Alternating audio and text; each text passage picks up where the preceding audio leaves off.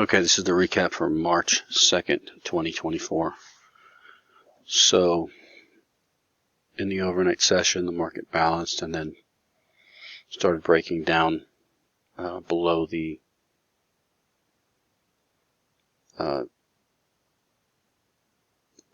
this support, this support, and I went long right there at 68.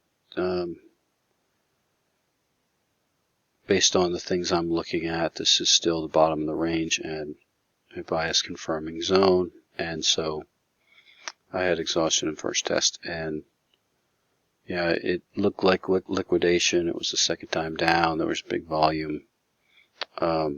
Still, I don't know what's going to happen, so I took the trade and I was stopped out, and then I skipped this zone.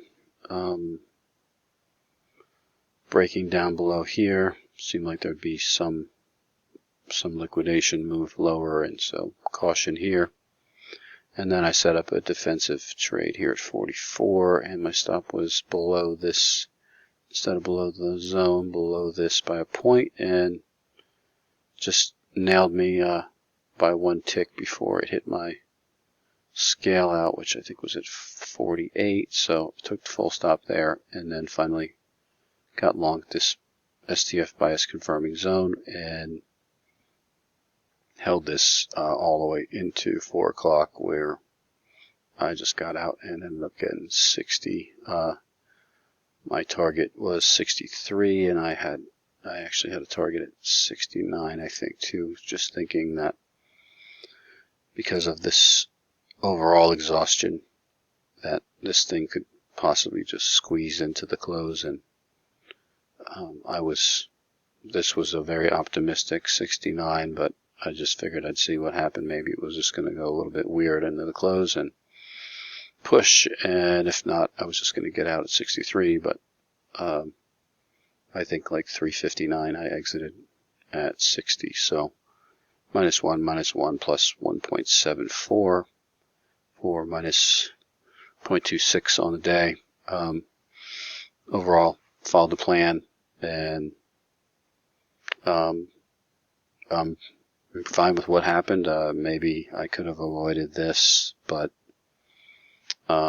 it's within the parameters. That was like very against the day time frame control, and Wace had the bias as neutral bearish, I think.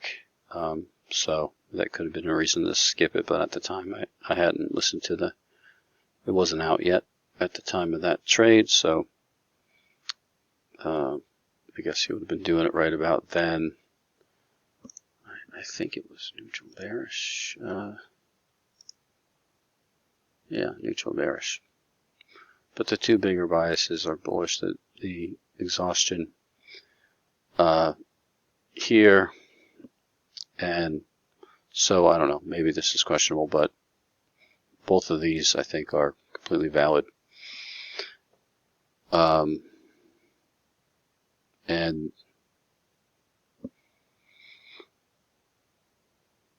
let's see, that's basically it. And now we're getting the sort of hybrid pullback continuation zone fade into initial resistance, and maybe the market's going to make a range here overnight and then try to come back up into the prior range, or maybe we'll have continuation and try and cross the lower range. But as of right now, we're somewhat exhausted on the higher time frame, and we have a bullish overall atmosphere right now, so maybe we'll hold.